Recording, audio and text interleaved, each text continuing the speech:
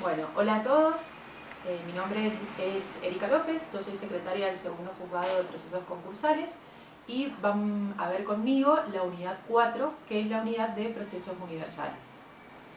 Bueno, ¿por qué llamamos a esta unidad procesos universales? Es justamente porque esta unidad involucra a todo el patrimonio de una persona.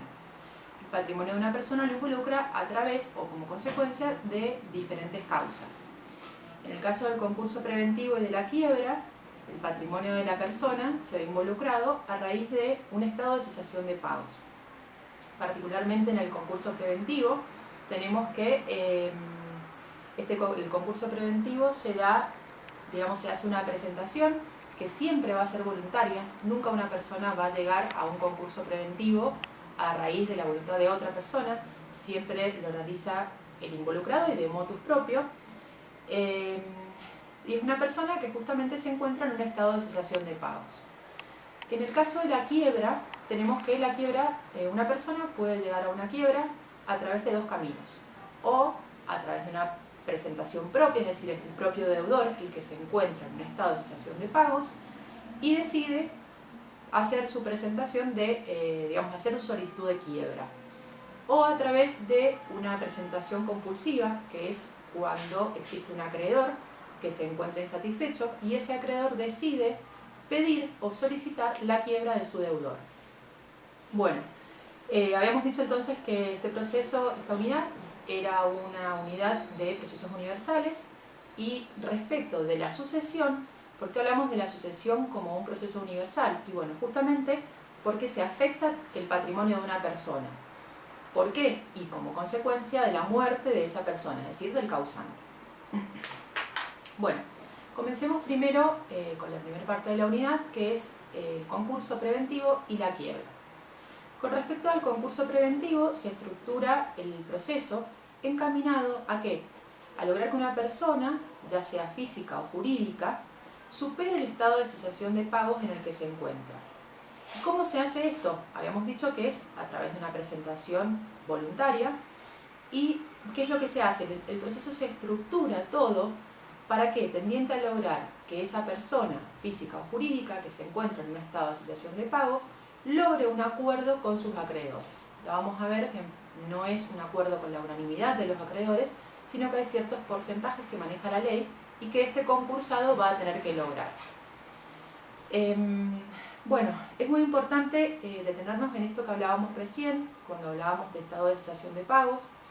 Este estado de cesación de pagos no es una ecuación donde el pasivo sea superior al activo. Es decir, puede darse el caso en que una persona tenga, por ejemplo, un activo de 10 millones de pesos, supongamos que tiene 10 inmuebles de 1 millón de pesos cada uno, y tenga un pasivo solamente de 1,5 millones de pesos. Es decir, a primera vista tenemos un activo muy superior a lo que sería el pasivo. Pero pese a esta situación, este concursado o esta persona puede estar en un estado de cesación de pagos. ¿Por qué? Porque el estado de cesación de pagos es la falta de liquidez, es la falta de capacidad de medios corrientes para hacer frente y para poder afrontar nuestras acreencias. Es decir, ¿qué quiero decirles con esto? Que normalmente cuando hablamos de estado de cesación de pagos se nos viene a la cabeza o se nos representa la idea de que el pasivo es superior al activo. Y puede que no sea así. Si esta persona de la que hablábamos al principio tiene, supongamos, estos inmuebles que les hablábamos, tiene 10 inmuebles de 1 millón de pesos cada uno, habíamos dicho. Y para pagar su exiguo pasivo tiene que vender 1 o 2 inmuebles de los que tiene. Esta venta de inmuebles no son medios corrientes para hacer frente al estado de cesación de pagos. Entonces, ¿qué tiene que hacer esta persona? Venderlos. Y al venderlos, ahí está manifestando un estado de cesación de pagos. ¿Sí? Bueno, con respecto al procedimiento, el proceso del concurso preventivo se abre a través de una sentencia. Esta sentencia tiene los requisitos en el artículo 14. Bueno, se abre el concurso, tenemos un periodo, digamos, de verificación de créditos. Después tenemos un periodo de informes individuales, pasamos por el informe individual, pasamos por la sentencia de verificación y pasamos por un informe general.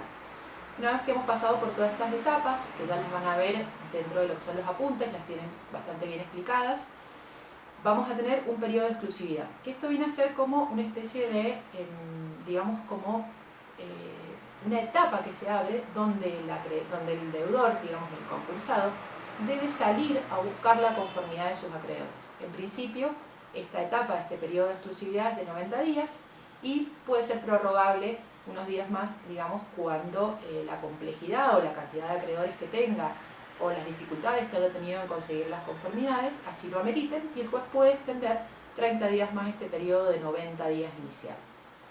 Bueno, básicamente el periodo, digamos, el concurso se va a estructurar en estas etapas. ¿Y cómo va a culminar? Esto es importante que tengan en cuenta. Una vez que se consiguieron las conformidades, el tribunal va a dictar una resolución que se llama una resolución que da por alcanzadas las mayorías, y 5 días después se va a dictar la homologación del acuerdo.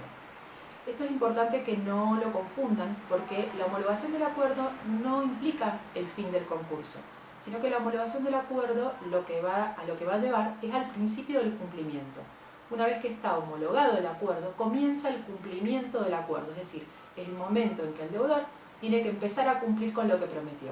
Dependiendo de los acreedores, ya van a ver, dependiendo de las categorías que hayan tenido y que haya propuesto, es la etapa de cumplimiento donde le va a pagar a cada acreedor según lo pactado.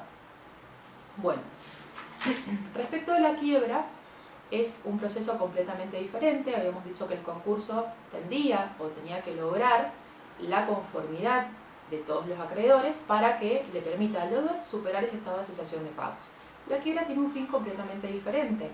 En la quiebra, ¿qué es lo que se basa? ¿En qué se basa la quiebra? Y justamente en la liquidación de los bienes del deudor. Acá en la quiebra lo que tenemos que tener en cuenta es que el deudor ya no tiene capacidad de arreglar, no tiene ninguna propuesta que hacerle a sus acreedores porque simplemente no puede pagar. Entonces, ¿qué es lo que, digamos, para qué sirve la quiebra? Y para liquidar los bienes del patrimonio de la persona, para venderlos y con ese producido repartirlo entre los acreedores hasta donde alcance. Bueno, la declaración de quiebra tiene efectos muy importantes. Entre ellos podemos destacar la prohibición de salida del país. En la quiebra existe una prohibición de salida del país, es decir, el fallido no puede salir del país hasta la presentación del informe general, a diferencia del concurso preventivo, donde en el concurso preventivo en realidad simplemente el concursado debe comunicar al juez concursal que va a salir del país y no puede hacerlo por un lapso mayor a 40 días. Pero el principio general se invierte. En el concurso preventivo se puede salir del país y el principio general en la quiebra es la prohibición de salida del país. Con respecto a la inhibición, esto no varía en ambos institutos, tanto en el concurso y en la quiebra existe la inhibición del deudor, es decir, es una prohibición que recae sobre la persona del concursado del fallido y tiende a la imposibilidad de disponer de sus bienes registrables. Esto se materializa tanto en la apertura del concurso como en la quiebra a través de oficios que se envían al registro público de la propiedad y al registro del automotor. Bueno, con respecto a la inhabilitación, acá tenemos también una nota que es distintiva de la quiebra. La inhabilitación no existe en el concurso preventivo, sí existe en la quiebra, y no tenemos que confundirla con la inhibición. Una cosa es la inhibición y otra cosa es la inhabilitación. ¿En qué consiste esta inhabilitación? Bueno, en principio es la prohibición de ejercer el comercio. Es decir, el fallido no puede ejercer el comercio, no puede ser gerente, no puede ser administrador, no puede ser liquidador de sociedades, no puede ser fundador de sociedades tampoco. Esto lo vemos en el artículo 234.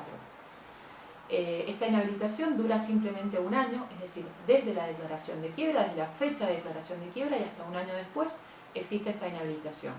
Pasado este año, automáticamente el fallido se rehabilita y puede ejercer todos estos actos que en principio estaban prohibidos. Esto, les repito, en el concurso no existe y es muy importante que lo distingan de la inhibición que hablábamos recién. Bueno, otro efecto propio de la quiebra es el desapoderamiento. El artículo 106 y 107 en realidad de la Ley de Concursos y Quiebras habla de que se produce el desapoderamiento desde el momento mismo del dictado de la sentencia de quiebra. ¿Qué quiere decir? Que el fallido está privado de ejercer los actos propios de administración y de disposición. También tenemos que distinguir este desapoderamiento que se produce de pleno derecho desde el momento de la quiebra con la incautación. La incautación en realidad es la forma o el medio en que se va a materializar ese desapoderamiento. Es decir, la incautación es cuando yo voy con el oficial de justicia y labro un acta sobre los bienes incautables que tiene el fallecido. Esta incautación y este desapoderamiento no existe tampoco en el concurso preventivo.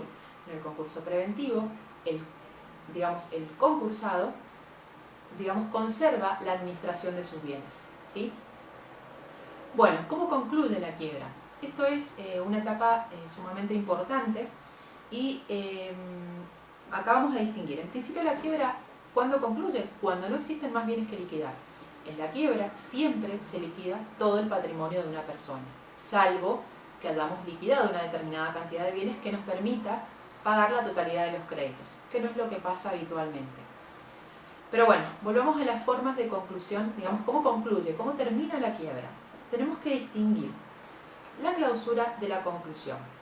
La clausura del procedimiento es cuando el juez ve que no existen más bienes para vender, para liquidar, y decide clausurar la quiebra. ¿Por qué la clausura? Y porque nos quedamos a la espera, la ley nos marca un tiempo de dos años, ¿para qué? A la espera de que aparezca algún nuevo bien para poder liquidar. Existen dos formas de clausura. Existe la clausura por falta de activo y la clausura por distribución final. La clausura por falta de activo es cuando hemos liquidado una determinada cantidad de bienes y con el producido de esos bienes ni siquiera hemos alcanzado a cubrir y a pagar los gastos del concurso. Cuando hablamos de gastos, hablamos de tasas, aportes, derecho fijo, la deuda del boletín oficial que no se pagó al momento de publicar los edictos de la quiebra y los honorarios de los profesionales que actuaron. Es decir, cuando vendimos los bienes y estos no alcanzaron para pagar la totalidad de estos gastos del concurso, la quiebra se clausura por falta de activo. Otra forma de clausura es la clausura por distribución final. En esta clausura por distribución final, digamos, es un poco menos grave la situación. ¿Por qué? Porque la ley supone que hemos terminado de pagar estos gastos de los que hablábamos recién y hemos alcanzado a pagar una porción, aunque sea ínfima, de los acreedores de la quiebra. En ambos casos, tanto en la clausura como en la clausura por falta de activo, como en la clausura por distribución final, nos quedamos a la espera de 2 años de que aparezca algún bien que podamos incautar, que podamos liquidar, que podamos repartir entre los acreedores que quedaron insatisfechos. Esto es muy importante diferenciarlo con la conclusión. La conclusión sí marca el fin de la etapa de quiebra, marca el fin de la quiebra, se levantan las divisiones, se terminan con todas las restricciones y terminamos con la quiebra, ¿sí? Pero hay que distinguir estas dos etapas. Una cosa es la clausura, donde clausuramos, esperamos 2 años, si en los 2 años no apareció ningún bien, recién ahí concluimos, y la conclusión propiamente dicha. Bueno, vamos a la segunda mitad de la unidad. La segunda mitad de la unidad es la sucesión, el proceso sucesorio, y cómo está estructurado este procedimiento. Este procedimiento es el que va a regular el destino del patrimonio de una persona que ha fallecido, es decir, del causante. Siempre, a diferencia del concurso y de la quiebra, en el caso de las sucesiones, la persona siempre va a ser física. En un concurso o en una quiebra puede ser una persona física o puede ser una persona jurídica. Básicamente, con respecto a las sucesiones, existen 2 tipos de sucesión. La sucesión testamentaria, que es la que se abre a raíz de un testamento del causante, por supuesto que este testamento debe ser válido.